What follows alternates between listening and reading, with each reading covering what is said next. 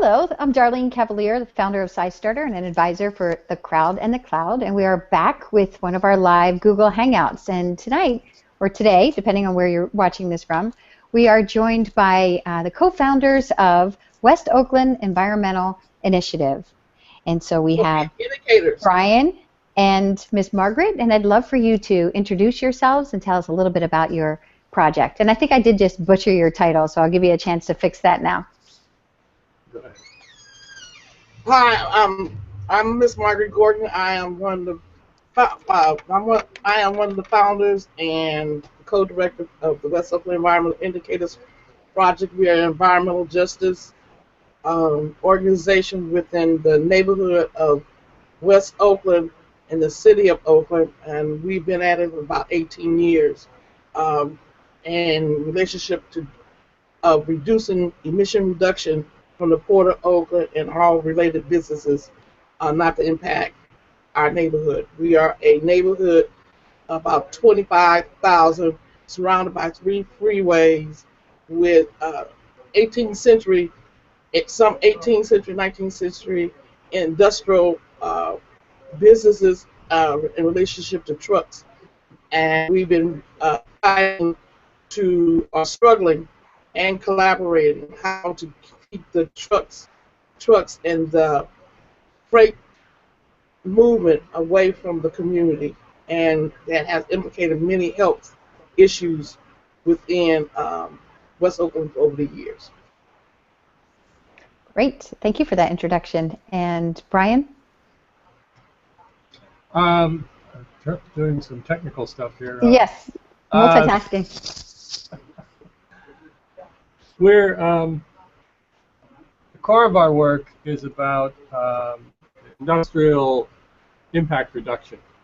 As Margaret explained, we have freeways and one of the, arguably the 4th largest port in the nation is just on the other side of the freeway, upwind from the neighborhood. And we've spent probably 10 years working on diesel emissions reduction. And to do that work, you know, it's our goal not to be the voice of the neighborhood. It's our goal for the neighborhood to have its own voice, for the people who live here to have a voice. So the core of our work is to educate people with information, what we now call data, right? To educate people with information about these complicated issues like air quality and air emissions and pollution. Communities aren't confronted with the same things. In years past, communities were confronted with whether they could get garbage service or not, whether they could, you know, sort of more of a black and white issue. Can we get the kind of services we deserve from our government? Today, the issues are very complicated. We're talking about complex air chemistry, and we're talking about climate change and its broad impacts. So our goal is to engage our neighbors, because we live here, to engage our neighbors in understanding those issues so that they can advocate for themselves and not have to rely on organizations or institutions to do that for them. So how did the two of you come together, and what signaled to you that your neighborhood wanted to be in that role of being an advocate? Our project started in about, when Margaret was there, I wasn't. She should probably tell the story. It started back around 2000 or 1999 as our name implies, a project to create an indicator set for the neighborhood inside the freeways. At the time, these indicator sets were becoming a very popular way to sort of create snapshots of ecological systems like watersheds or deserts or something. And it was a very novel idea to say, what would it look like if we created a snapshot like that of an urban neighborhood looking at the environment that's created by human activity and its impact on the people who live there. So a partnership between Pacific Institute, which is a research institute here, and the University of Berkeley planning department, with some funding from a foundation, came together and organized a very big neighborhood collaborative discussion. It was over the course of a year or more, several hundred community members came together and basically put everything all their concerns on the wall. And the researchers began to distill those down into workable areas of subject matter, places where they could find data and bring that data back for the community to use. And out of that came our first report, the Neighborhood Knowledge for Change, which was a set of 17 indicators of quality of life in West Oakland, in a very small footprint. We are just slightly bigger than one zip code in an urban neighborhood. I know you want to add anything? Yeah. Well, and also, like we started, well, West Oakland, well, historically has been an underserved community for many, many years. As going back since after World War II, that we have had a disproportionately impacting from various things in the last 50 plus years. And so this was the first time. And if you know anything about West Oakland, this is the place where that we have had historical work stops. The Black Panthers were here, did their work. So this has been a historical struggle for a community to have an equitable economic engagement for one community. And so by going through the process of getting a planning grant to understand indicators, that gave us a new resource and a new tool how to advocate for changes within West Oakland that had never been done before. And not depending on outside research teams to come and work with us, we were able to identify what we wanted, how we wanted it, where we wanted it, and then have more clarification on the science and the use of the language of research and data that we have never had before. So it was so we were able to first time to be totally engaged in using community participatory research as a platform to make change within our community. That's a great description, and thank you for that. And I just want to remind viewers, too, if you'd like to tweet in your questions, it's hashtag CrowdCloudLive.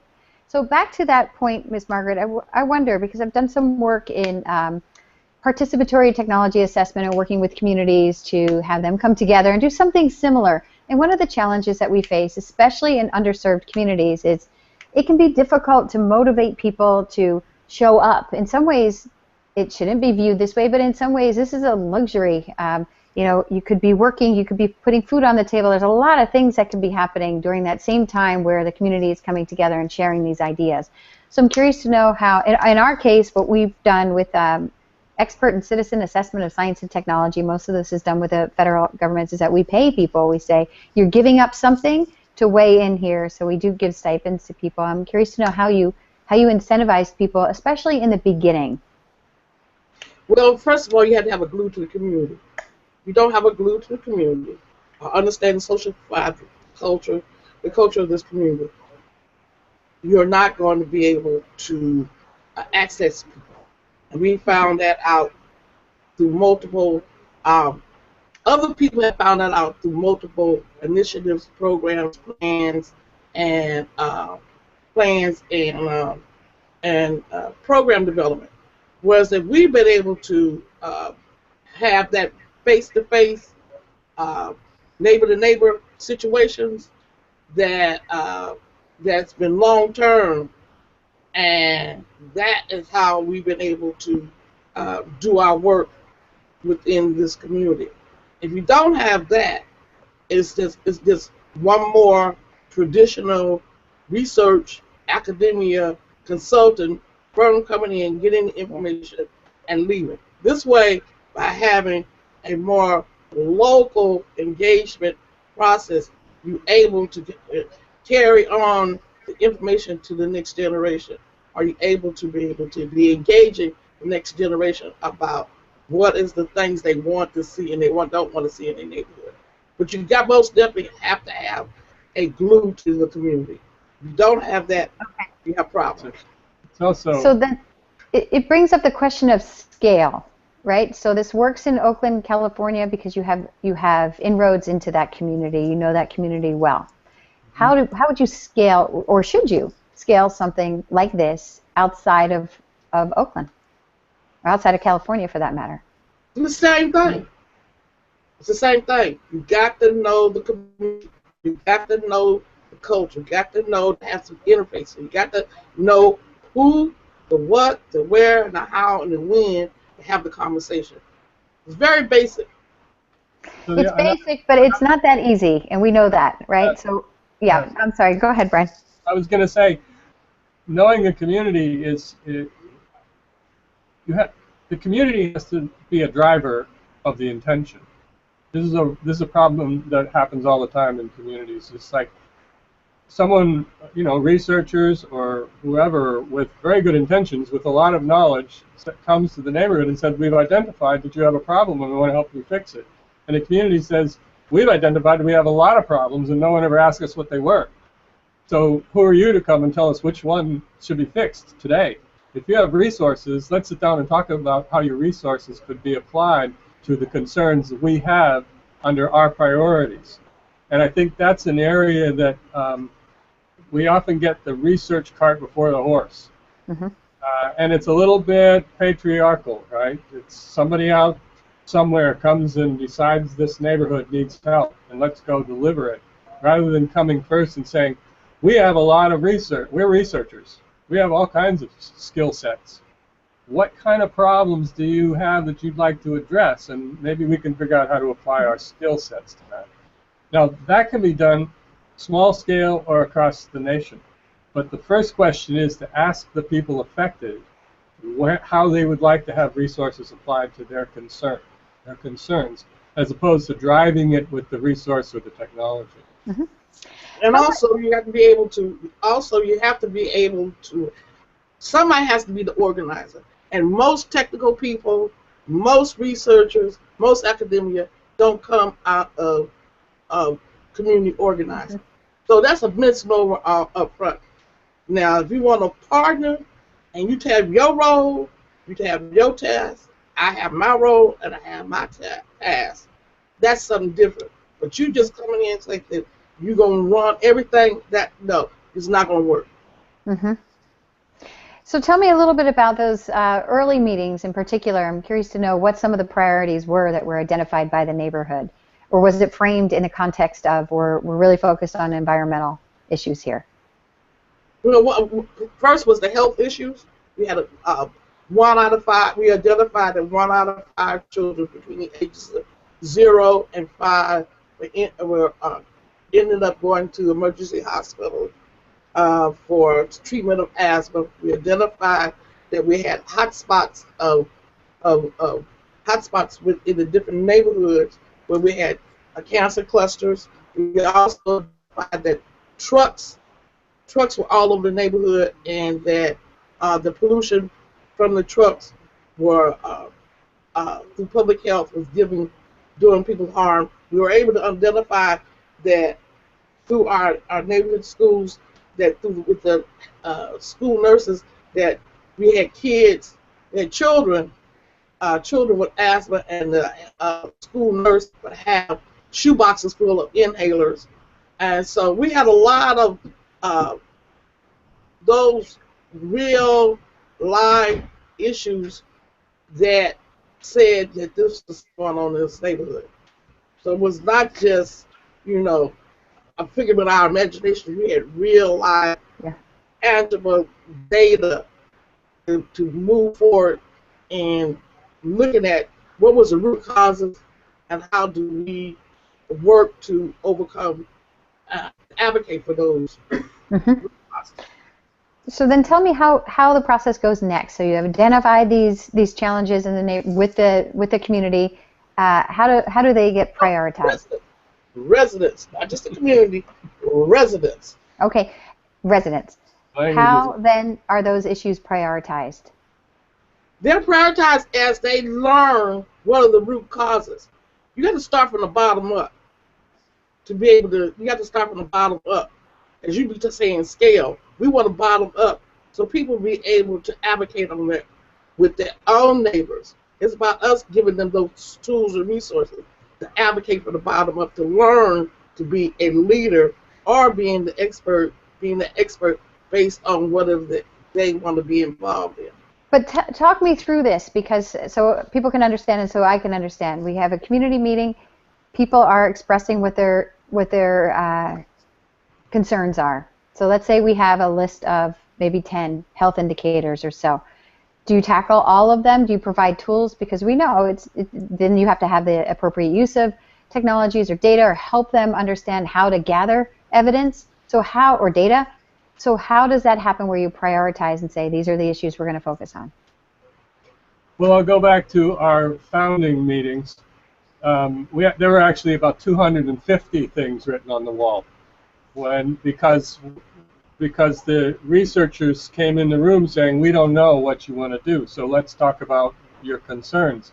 And people put on the wall everything from illegal dumping to my kid can't get a job, there's too much crime, I'm sick, my neighbor's got cancer. Everything went on the wall, everything they could think of. The politicians don't listen to us, we don't have any power. And then the researchers did what they do well, which was parse these out, put them into categories, break them down, and eliminate redundancy, and came back with like 70 issues. And they said, okay, well, now that we broke them out here, we've got about 70 things. What do y'all think of these? Can you prioritize these more? And people began to push things together and take things off the list. And they wound up with these 17 that were constrained by the nature of the project. The researchers said, we're not going to go do new raw data gathering. What we're going to do is look for data that's available to answer the questions you have. So there were, in the partnership, both sides understand the constraints and the needs of both sides. And the community accepted that no one was going to go count new things. They were going to find information. And so those 17 that were left were political and social and economic and health and physical environment. Those were things that everyone agreed they could find data for. And so the researchers came back with data on all those and said, look, we've got these 30 data points, and they fit in the categories that y'all have identified as priorities. And then they said, which one do you want to work on? Just like your question. And the community said, well, we need jobs, we need economic development, we do have too much crime. The high school graduation rates are low, but so many people are sick with asthma or cancer or something else that keeps them out of participation in the economy, and we really need to work on the environmental health impacts first.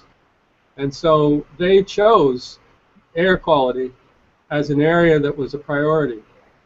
And then our organization, which grew out of that, said, all right, then the research says that diesel emissions are the major air quality problem. We're going to work on diesel emissions.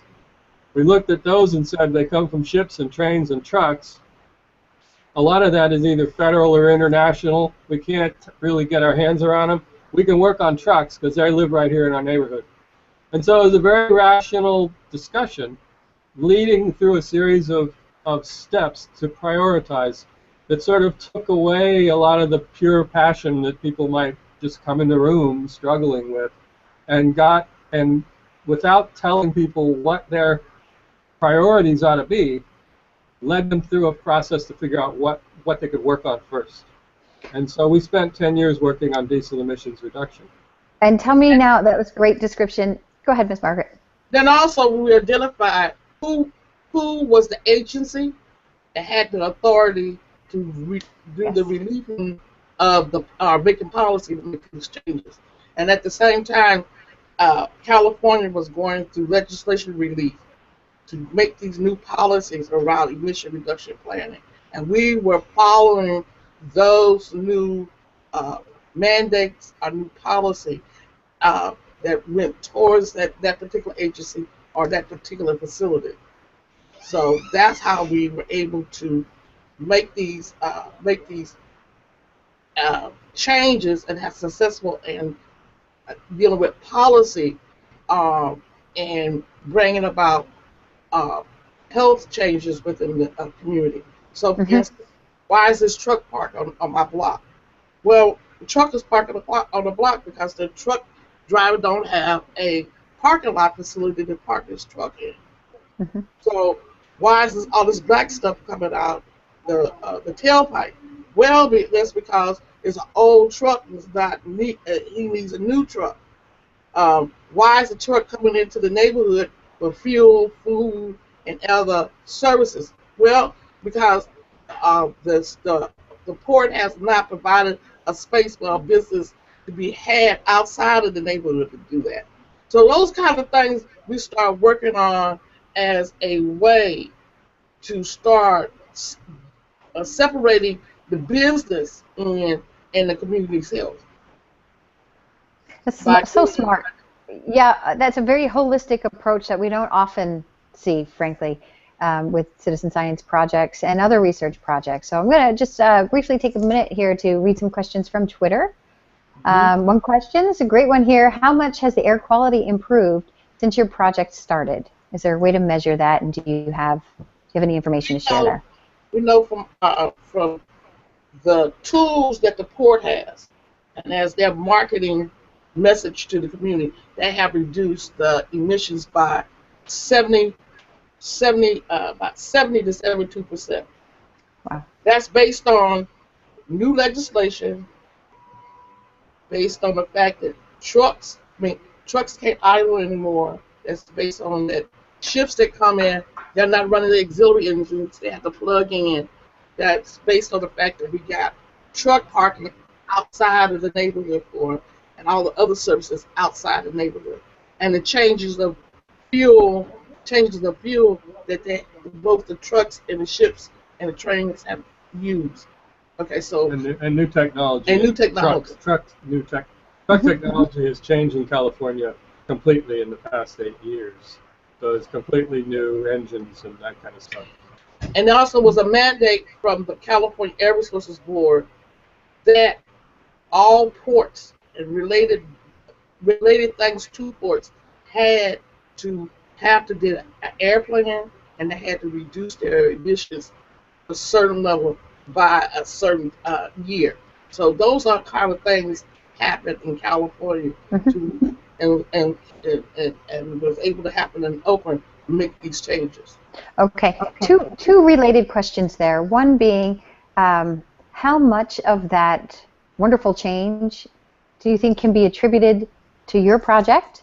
And the other question that is related is, have you had other cities or other communities asking for your model and asking for your help in setting up something similar to where they are? I guess I can tackle the first one. Like all of this kind of change, it relies on a combination of citizen drivers and policy making. And the policy making goes back 2 decades probably, when the federal government was starting to look at, under the Clean Air Act, look at what was really in the air, what toxins were there. It goes way back to the 70s when they said cars were the big problem, and so they began a process to clean up cars. And they got to the early 90s or late 80s and said, well, cars are pretty clean. Now what's in the air? Turns out it was 85% of it was diesel emissions. And they started to quantify the health impacts. Well, that is sort of paralleled by community drivers. And I think that it's difficult to quantify whose part's more important.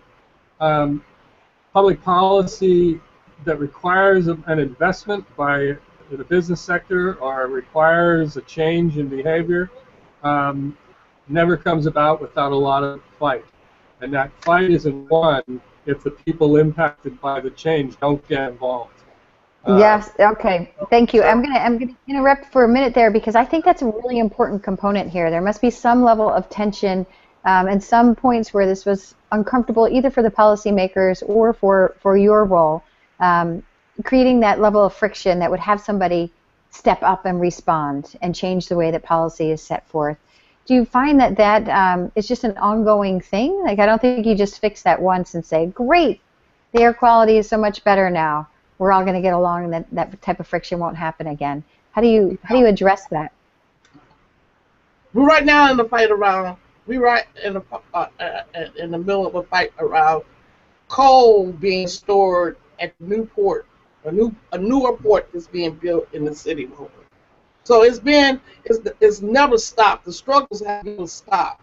They may stop momentarily, but there's always something else that comes back to say we have to be more engaged. So it's either still dealing with a facility like the port, or now dealing with the issue of climate change and climate justice. So it's still a matter of how healthy is the community going to be based on all these economic or mobile sources and stationary source pollution that's within our community, from carbon, black carbon, diesel, whatever. We still have our fossil fuels. We still have the same kind of ongoing engagement from these that exploring would be harm to a community. Okay, and if you follow the same methodology, do you still have the residents that are involved in these discussions to start to prioritize these things? How often do you do that, if you do? Well, right now we are in these collaboratives that is based on either federal, regional, or local government. And so we have all these things kind of categorized out now of how we're going to be. There are still residents and on the dealing with those multiple issues. We're lucky in this community to have a lot of active community groups, and we tend to we work with the leadership in these other groups, and they share. Their groups then get to make their own priorities about what things they want to work on. And anyone who comes to us, we share what we know. We have taught communities in Houston, Texas, to gather air samples. We've trained people in Philadelphia. We trained people in Richmond, one of our neighboring cities. In East Oakland. We taught people to count trucks and do truck traffic surveys and to do air sampling, and then beyond learning to get the data, to talk about how you use data effectively in advocacy, and that's the other half of it. Data is only half of it. You've got to know the terrain, and you've got to know how to use it. Very important points, and I realize we only have about a minute left here, but I haven't had a chance yet to ask you about the type of sensors or the types of tools that are being used, how you make them accessible to people, how you train them in their use, because that's another big area that people are looking at as well. We have several, they're called dust tracks. It's an industrial particulate monitor. They're not easily accessible. They're about $7,000 or $8,000 a piece. They're adapted to go in a backpack, and so we teach people to take these monitors. We teach them how to set them up and calibrate them, and then we teach them how, for their own community, how they might design a little survey route that they could walk through that would capture data in areas that would be representative of impact in their neighborhood, and then the backpack has a GPS attached to it, so we can link the air quality levels with the location of the person walking around, and those two data files are then mapped in a Google-style map. And the mapping part for us is as important as the data, because the visualization of data is how you make it available to people who are not scientists, and it's really critical, and it's a big area right now. And I'm not sure anybody knows how exactly to do it, but we're all working on how best to show people data so that it's usable to them, and they don't need a scientist to explain it. We do for the last 6 years we have had sets of students that we have trained for a summer project, and then we have students from the UC Berkeley has come and want to examine our work based on a project that they have to do. We have had some of the public health department or the county health department has organized parent groups around asthma, and we train them about the use of the equipment and how they identify where's the sources at. So we have we have other community-based organizations, environmental justice organizations that want to come and use the equipment to identify where the a hotspot or a pollution spot that is in the neighborhood. Be clarified to take to the government. There's so much more that I want to ask you, and I'm sure that other people would want to too. We're going to have to cut it now. I do want to encourage our viewers to go to crowdandcloud.org to follow along and look at some of our past Hangouts as well. And I want to thank our guests here, Dave and Miss Margaret, for a really fascinating conversation, extremely inspiring, and just a real pleasurable conversation. Thank you for joining us. You're welcome. Thank you. Take care. All right.